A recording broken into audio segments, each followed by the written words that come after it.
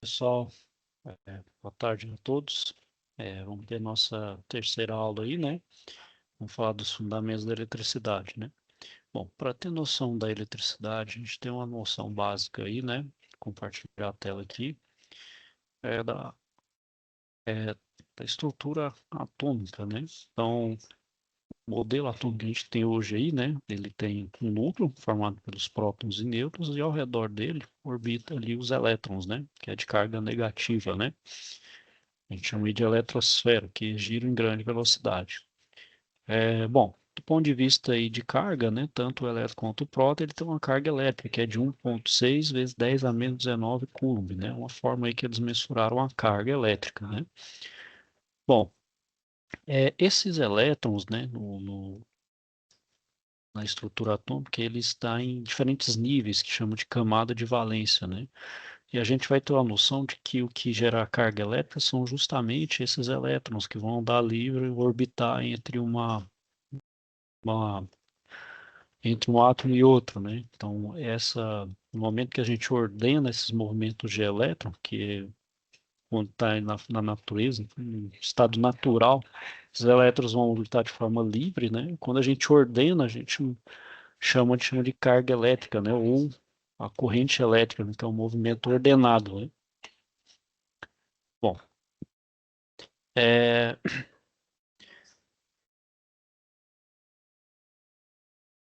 E essa, e essa natureza, né, do átomo vai gerar essas características físicas. A gente tem um campo elétrico, né?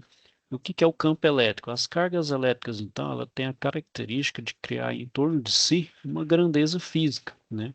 Essa grandeza a gente chama de campo elétrico, né? Então, o autor aí, o Halliday, né, ele define o campo elétrico como sendo a região do espaço em torno da carga elétrica, no qual se coloca uma outra carga, ou seja, eu tenho uma carga, a gente tem que ver qual que é a interação de uma segunda carga em função dessa primeira que a gente inseriu, a gente tem aí no espaço, né? Então, se é uma carga positiva, se eu colocar uma outra carga ali, ela experimenta uma força de repulsão, ou seja, tende a sair para fora. Se for negativa, ela tem a chamada força de atração, né? E o campo elétrico, ele é calculado da seguinte forma: é uma constante, chamada de constante do meio, né? Pode ser aí o meio influencia, né? Então, se é o vácuo, se é ar úmido, na água, né? Em qualquer outro meio, vezes a carga, o valor da carga elétrica, dado em coulomb, dividido pelo raio, né? A distância da carga ao ponto de medida, né? Então, a gente sabe que quanto menor a distância, então, maior é o campo elétrico, né? Então, é uma inversamente proporcional ali ao quadrado. E o campo elétrico, então, o que que ele vai determinar? Esse campo elétrico vai determinar essa interação entre duas cargas elétricas. Então, se eu tenho duas cargas de mesmo sinal, a tendência é elas se repelir. Se for de sinais opostos, elas vão se atrair, né? Então, essa força, né? Então, a partir desse campo, então, vai gerar uma força que, independente se for de atração ou repulsão, ela pode ser medida. E é medida justamente pela lei de Coulomb, que, que é dado por essa equação aqui, ó. Então, a força elétrica também é igual a constante, que também continua dependente do meio, né? Aí, vezes agora a interação entre as duas cargas, né? Que é 1 vezes Q2 dividido pela distância ao quadrado, né? A distância entre as duas cargas aí elevada ao quadrado. Então, essa força ela é dada em newtons, né? Bom, por sua vez, pessoal, a outra característica que minha carga elétrica ela possui também é a chamada tensão, né? Então, entre os pontos ali V1 e V2 vai ter uma diferença, né? Então, ali a gente sabe que devido à distância tem um campo elétrico, né? Tanto atuante em V1 quanto em V2, né? E vai ter uma diferença devido à distância, né? Então, vamos supor aqui que é concêntrico aqui, né? Então, se eu tivesse V2 na mesma linha de V1, o campo é zero. Como tem uma distância já aqui, ó, como diz já, o campo concêntrico do V2 já é maior, ele vai ter um campo menor, né?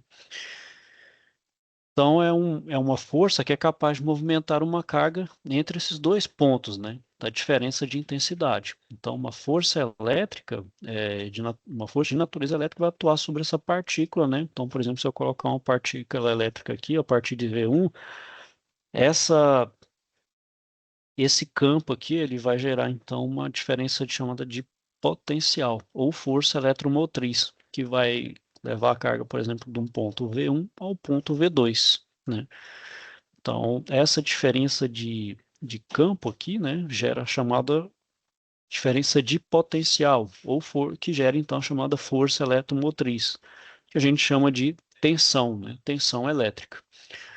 Todas essas grandezas aqui, pessoal, elas são grandezas vetoriais, ou seja, elas têm que ter um módulo, uma direção e um sentido. Já a tensão, né, ela não é vetorial, ela é uma grandeza escalar, ela só tem um módulo. Então, ela é medida por meio da equação, né? Então, é um meio vezes a carga dividido pela distância. Então, para ver essa tensão, eu tenho que ter, então, uma distância entre os dois pontos, né?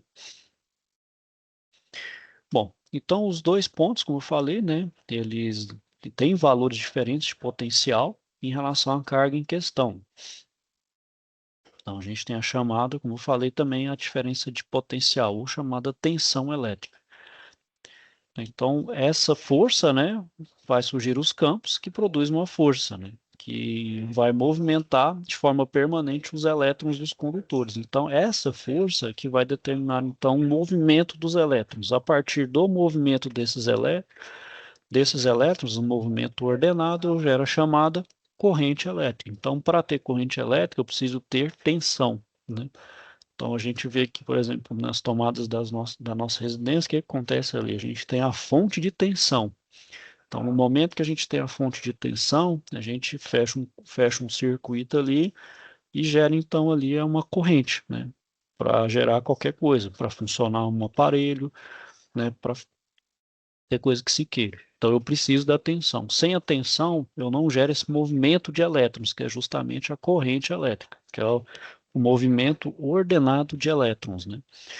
Como falei lá no início, né, na estrutura atômica, os elétrons eles se movem de forma livre. Para ordenar esse movimento de elétrons, eu preciso gerar essa tensão para gerar esse movimento ordenado de elétrons, né, para fazer essa circulação dos elétrons aí,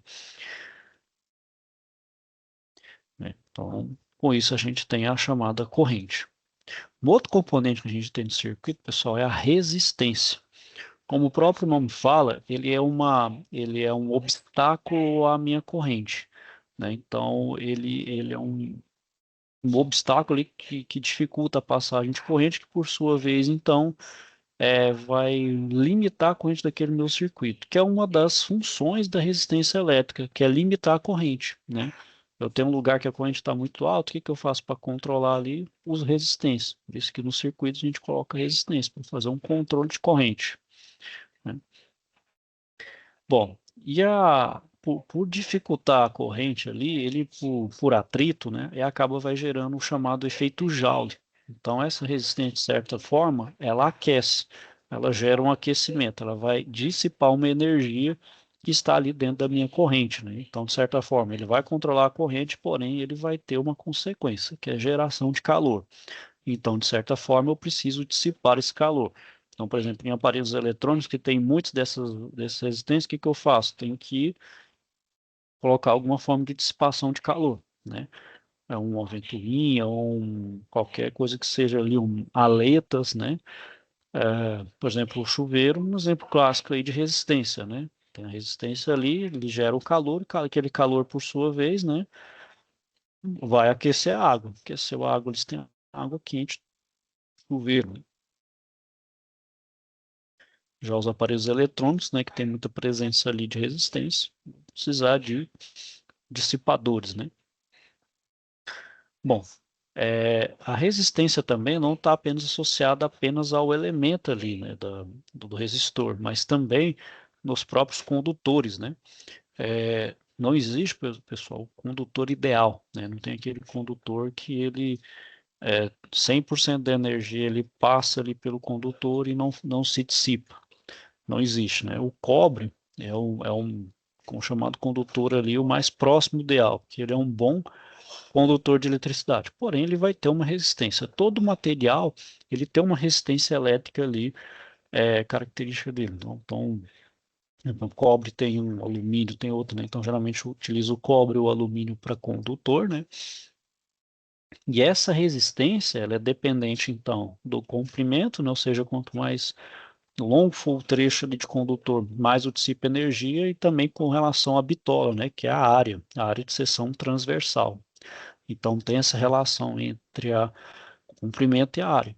E é relacionado também com a resistividade do condutor, que vai variar de material para material, né? Que também é dado por essa relação que é a ρL sobre A, né? Bom, se eu tenho a tensão elétrica, tensão por sua vez, eu posso gerar um movimento ordenado de elétron, que é a corrente elétrica. Então, a partir dessas grandezas, eu também consigo determinar a chamada potência elétrica, né? Que é a chamada potência de consumo, né?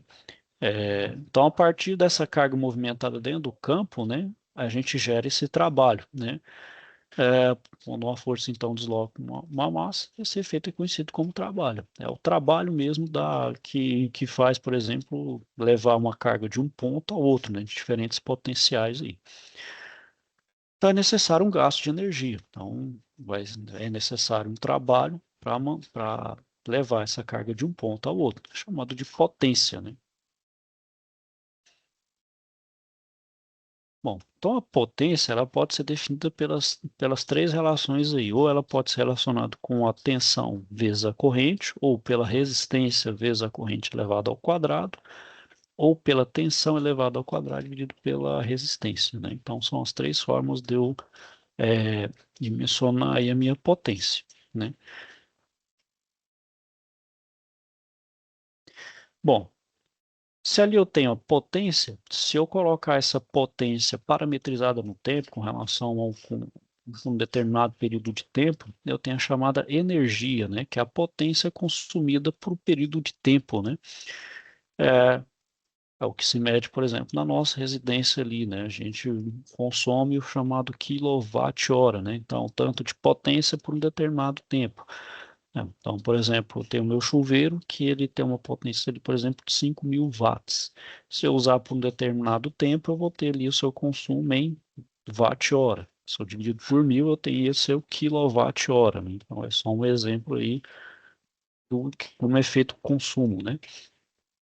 Então, é assim que se faz ali a medida do consumo, né, em reais pelo consumo de energia. Então, a gente tem a potência que a gente consome em quilowatt, né, em quilowatt, vezes o tempo que a gente consumiu, vezes uma tarifa, né, a gente tem que saber também qual a tarifa, qual o custo do quilowatt-hora. Aí a gente tem nossa conta ali no final do mês, né. Então, tem um exemplo aí, né. Então, a resistência elétrica de um determinado forno, de uma potência de 1.350 watts, fica ligada durante 6 horas diárias. A gente determina o gasto financeiro diário em reais desse equipamento, sabendo que o custo da tarifa do quilowatt-hora é 42 centavos. Então, primeiro, eu pego a potência, que é 1.350, vou dividir por 1.000 para transformar o watt em quilowatt, vai ser de 1.350, vai ser 1,35, multiplico pelas 6 horas diárias.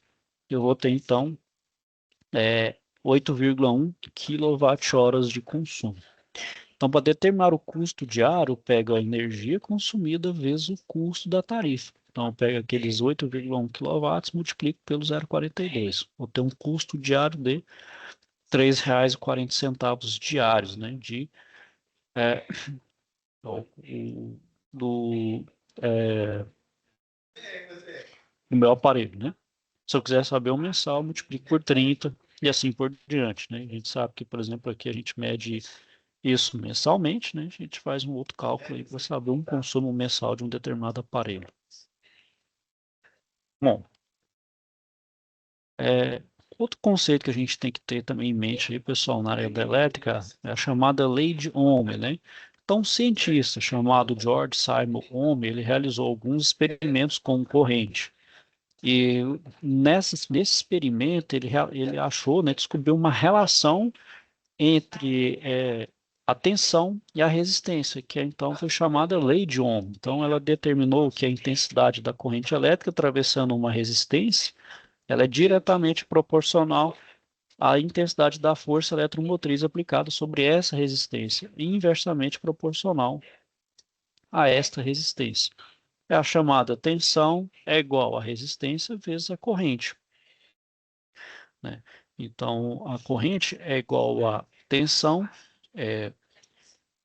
corrente é igual a tensão dividido pela resistência. Então, quanto menor a minha resistência, maior é a minha corrente. Então, ele verificou que, de fato, a resistência ali, a corrente, né, ela tende a ir por exemplo, tem um circuito, ela tende a correr pelo caminho que dá menos oposição, ou seja, que tem menos resistência. Por isso, quando a gente fala em curto-circuito, é o meu circuito que opta pelo caminho mais curto, com menos resistência. Por isso que fala que é um curto-circuito. Então, por exemplo, se tem um curto-circuito, o que acontece? É um pico de corrente que é alto e ele foge, né? Ele vai para um caminho mais curto, onde ele oferece menos resistência. Então, através dessa relação que foi descoberta por Ohm, né, foi notado então que ao aplicar um valor de tensão sobre uma resistência, tem uma intensidade para a corrente elétrica. Então, à medida que a tensão sobre esta mesma resistência estava crescendo, o valor também cresce na mesma proporção. Então, é uma relação linear, né? Então, se o valor da tensão é reduzido, a corrente também diminui, né? Então, se eu diminui a tensão, a corrente também vai diminuir. Então, imagine aí um caso em que a gente mantém fixo o valor da resistência e é aplicado um valor de tensão. Então, nessa condição, uma corrente elétrica vai fluir por essa resistência. Então, ao aumentar o valor da tensão, a corrente também aumenta de forma proporcional. Então, isso de fato atesta, né, a veracidade ali, né, da lei de Ohm, que ela vai variar de forma proporcional a variação entre tensão e corrente, dado que a minha resistência é a mesma. Bom, e também, pessoal, vai ter aqueles dispositivos, né, em que se aplica uma força eletromotriz, ou seja, aplica uma tensão e a corrente não vai variar proporcionalmente. Então, é chamada de resistência não ômica, né? Então, a resistência ômica, ela é uma resistência linear. Então, essa aqui é não ômica, pois a gente observa no gráfico, tem um comportamento, não apresenta um gráfico linear, ou seja, não tem aquele comportamento linear igual aqui da resistência ômica, né? Então, ela não obedece à lei de Ohm. Então, é uma outra lei a ser aplicada, né? Bom, então, desses componentes, pessoal, eu consigo, então, verificar ali o meu circuito, né? Então, o meu circuito elétrico, ele vai ter, então, algumas fontes básicas, né? Alguns elementos básicos. Primeiro, a fonte de alimentação. Lembra que eu falei que eu preciso de uma fonte de alimentação, uma fonte de tensão. Para ter corrente, eu preciso da fonte de tensão. Tendo a fonte de tensão, eu preciso do condutor, né, que é a minha ponte entre minha fonte de alimentação e a carga, né? Então, vamos supor um liquidificador. Eu quero fazer um liquidificador funcional, meu liquidificador é a minha carga, é aquele motor que eu preciso girar para fazer ali, fazer o uso dele, né? Então, entre o liquidificador para funcionar, eu preciso do condutor. Então, é o fio que eu ligo lá na fonte de alimentação, na fonte de tensão. No que eu ligo lá a chave, opa, a chave inicialmente está desligada. Então, eu tenho uma chave. Liguei a chave, beleza. Então, agora o meu liquidificador vai funcionar. Então, justamente a ponte entre a fonte de alimentação e a carga. Liguei, beleza. Vai ter condutor, vai ter uma corrente que vai acionar aquele motor e vai funcionar o meu liquidificador, né? Então, assim eu tenho o meu circuito elétrico, né? Aqui eu dei um exemplo simples, mas um circuito elétrico, pessoal, ele é bem mais complexo. Tem muito mais cargas, tem muito mais dispositivos aí. A gente vai ver aí ao longo aí dessa e das próximas aulas. Então, como eu falei, o principal é a fonte de alimentação, que vai prover a força eletromotriz, né, ou a tensão elétrica, onde eu vou possibilitar a circulação da corrente elétrica. Então, desde que haja uma continuidade de circuito em toda a sua extensão. Bom, fonte de alimentação que a gente tem aí, como eu falei, tem lá a tomada, as- a pilha, né? Então, aparelhos eletrônicos que utilizam uma tensão menor, com 12 volts, 9 volts, é um exemplo de pilha, né? A bateria, né? A bateria recarregável, um caso para celular, né? E os geradores, né? Os geradores também é uma fonte de alimentação, ela também gera uma tensão, né?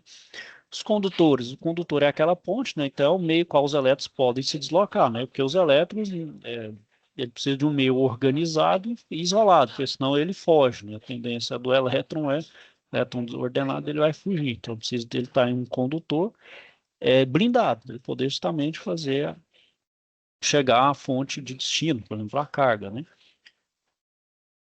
E a carga, né, que é todo qualquer dispositivo que consome certa energia da fonte de alimentação, né? Então é aquilo que necessita de energia para poder funcionar, né? Precisa da tensão, precisa da corrente para poder funcionar, né?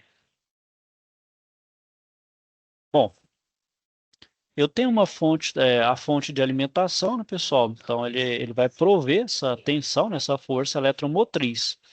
E a gente separa as fontes, ou ainda a fonte de alimentação, devido às características. Então, eu tenho uma fonte de tensão constante, eu tenho a fonte de tensão variável e tenho a fonte de tensão alternada, né?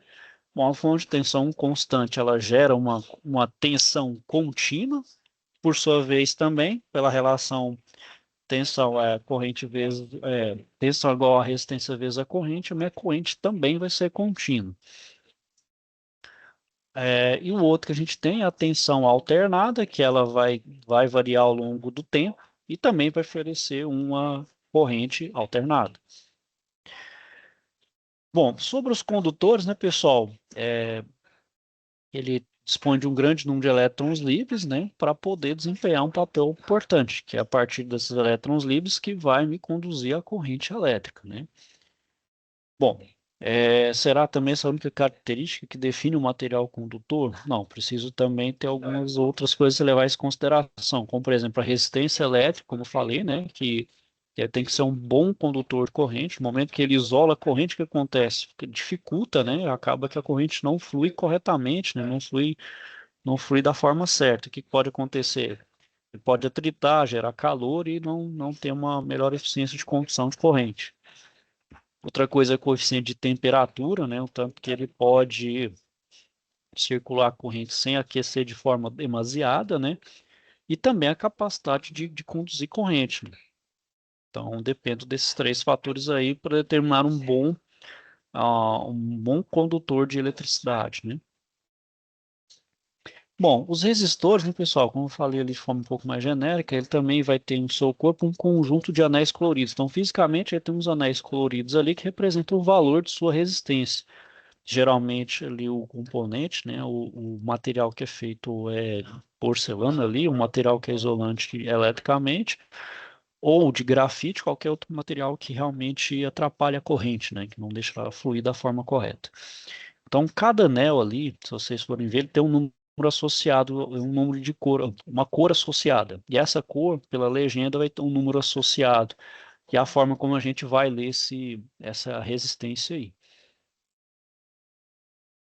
A gente tem duas formas de fazer a leitura dessa resistência, ou pela cor dos anéis ali, ou pegando um multímetro, né? Retira ali esse resistor, pega o multímetro ali, e a gente faz a leitura. Então, o primeiro, geralmente são quatro anéis. O primeiro anel indica o que é o primeiro organismo, que representa o valor da resistência. Tem um segundo dígito do valor da resistência elétrica. O terceiro é o multiplicador, né? E o quarto anel representa a tolerância do dispositivo. Então, por exemplo, tem esse primeiro aqui que é verde, o segundo é azul, ó. Então, primeiro verde e o segundo azul. Então, aqui é 56. Então, aqui eu tenho 56, agora tem que ver o multiplicador aqui. É vermelho. O vermelho aqui, então, ó. Bom, o vermelho é um multiplicador de 100. Então, é 56 vezes 100, vai dar ali 5.600 ohms, ou 5,6 quiloohms, né? Então, isso é uma forma da gente fazer a leitura. E o outro aqui, ó, por exemplo, é dourado, é ouro, então ele tem uma variação de mais ou menos 5%. Então, ele vai ser de 5.600 ohms, variando de mais 5% ou menos 5%. Né? Isso se tiver ele tem um erro associado, então é de mais ou menos 5%. Então, ele vai orbitar em torno de 5.600 ohms. Então, aqui é uma forma de como eu fiz a leitura, né? E os resistores, pessoal, eu posso também associá-los, né? Então, eu posso associar de diversas formas. O primeiro é a chamada associação em série, então eu posso, uma associação seriada, posso colocar um atrás do outro, né? Então, desse tipo aí, estão ligados um atrás do outro. Então, eu posso fazer uma resistência equivalente aqui, que vai ser a soma dessas resistências. Geralmente, quando eu tenho um circuito com várias resistências em séries, é chamado de divisor de tensão. Então, para cada resistência, ele gera uma tensão. Se eu tenho resistências iguais, tensões iguais, né? Então, aqui é chamado de divisor de tensão. A associação paralela, eu vou ter eles em paralelo e vai ter a mesma tensão. Na nossa residência é assim, né? A tensão que chega no aparelho ali tem que ser a mesma, né? Então, todos os nossos aparelhos aqui é 220, mas algumas regiões é 127 ou 110 volts. Então, todos os aparelhos ali a gente tem que ligar em paralelo para justamente, né, ter a garantia de chegar à mesma tensão. Se a gente liga em série, a gente vai dividir tensão, ou seja, não chega a mesma tensão para todos os aparelhos, a gente pode estar danificando esses aparelhos aí que dependendo da sua tolerância, ele não aceita, né? Pode queimar ou não funcionar adequadamente, né? Então a gente tem que garantir que chegue à mesma tensão. Resistência em paralelo, pessoal, eu tenho essa forma aqui, né? 1 sobre resistência equivalente é igual a 1 sobre R1 mais 1 sobre R2 mais 1 sobre Rn. Faço, tiro o múltiplo comum, faço multiplicação e coisa e tenho uma resistência equivalente. A resistência equivalente é sempre a menor resistência da menor resistência que a gente tiver aqui, por exemplo, no circuito. A outra forma de calcular é pegando 2 a 2 e fazendo o chamado produto pela soma. Então, primeiro eu pego aqui, por exemplo, R1 e R2, eu faço uma resistência equivalente entre R1 e R2. Aí eu faço R1 vezes R2 dividido por R1 mais R2. Ela tem uma resistência equivalente aqui. Depois eu faço uma resistência equivalente entre esse aqui e o R3, da mesma forma. O R equivalente vezes R3 dividido por R equivalente mais R3. Aí eu tenho uma resistência equivalente aí. Essa é uma outra forma de calcular uma associação em paralelo. Esse tipo de circuito que tem tudo em paralelo, a gente chama de divisor de corrente. Como a tensão é a mesma, que divide agora a minha corrente. Então, naquela relação direta, quanto menor a minha resistência, maior a corrente. Se eu tenho resistências iguais, a corrente é igual, né? E a associação mista, né? Eu vou ter tanto a associação em série quanto em paralelo no mesmo circuito. Aí eu faço uma série de cálculos até achar uma resistência equivalente aqui, por exemplo, que represente todas as 5 resistências que está aqui. Então, tenho 3 resistências em paralelo e depois 2 em série, né? Faço todos os cálculos, né, para achar uma resistência equivalente. Bom, um outro componente que a gente acha muito também, principalmente em placas eletrônicas e principalmente nos sistemas VRF, né? Os sistemas VRF são placas com capacitores muito grandes. Qual que é a função do capacitor? É armazenar energia mediante o acúmulo de cargas elétricas entre suas placas, né? Então, construtivamente, a gente tem duas placas, né? A gente tem placas, né, uma série de placas, e as cargas vão se acumulando ali naquelas placas e elas vão, através de um dielétrico ali, né, ter ali uma movimentação. Bom, e como isso é possível, né? Essa condição é possível, pois a construção desse dispositivo, no caso capacitor, permite que as partículas sejam armazenadas em placas condutoras, né? Então, precisa que essas placas sejam condutoras de eletricidade e que estejam conectadas aos terminais do componente. Então, essa carga, né, que tem no capacitor, a gente chama de capacitância. Então, a unidade para medir a capacitância é o farad, né, que é pela letra F. E é dado pela seguinte equação, né? Então, a capacitância é igual à carga, né, com a capacidade de carga armazenada dentro do capacitor dividido pela tensão dele, né? Bom, como eu falei, na eletrônica ele tem uma grande utilidade, né? Então, por exemplo, a gente pode utilizar isso em circuito retificador, né, cuja sua função é garantir menor oscilação possível da tensão na saída do circuito. Como os aparelhos eletrônicos são extremamente sensíveis à variação de tensão e, e a nossa tensão que chega, né? A nossa tensão aqui que chega, por exemplo, para alimentar o aparelho, ela é alternada, ou seja, ela oscila, né? Por isso que ela oscila bastante. Então, mesmo tendo conversões ali, por exemplo, de tensão alternada para tensão contínua, para corrente contínua, diminuir a minha tensão, eu preciso garantir que essa tensão seja a mais estável possível, ou seja, a mais constante possível. Qualquer oscilação, dependendo do meu aparelho, ele não tolera, ele pode queimar ou não funcionar corretamente. Então, meu capacitor, a aplicação do capacitor aí no meu circuito eletrônico é justamente para isso. Eu garantir que a minha tensão seja a mais constante possível, para evitar essas oscilações, né? Bom, e geralmente um capacitor com valor fixo não se enquadra, então tem dispositivos que vai variar nessa capacitância. Da mesma forma que eu tenho um resistor ali, o chamado de potenciômetro, né, o chamado trim pot, para que que serve? Eu vou variar essa potência, né? Então, por exemplo, ali o sintonizador do rádio é um belo exemplo aí, né? É o sintonizador, né? Que ele permite a seleção da estação na frequência desejada. E isso eu faço ajustando a capacitância, né?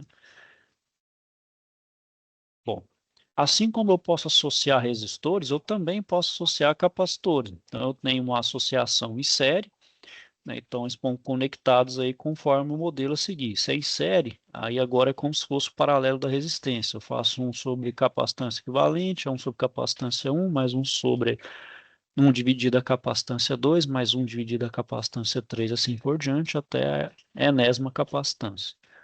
Tiro o mínimo múltiplo comum, faço então ali a relação, depois faço a multiplicação cruzada e acho a capacitância equivalente. Da mesma forma, como eu faço na resistência, também posso fazer 2 a 2 aqui, certo? E fazer a capacitância equivalente até achar a capacitância equivalente total.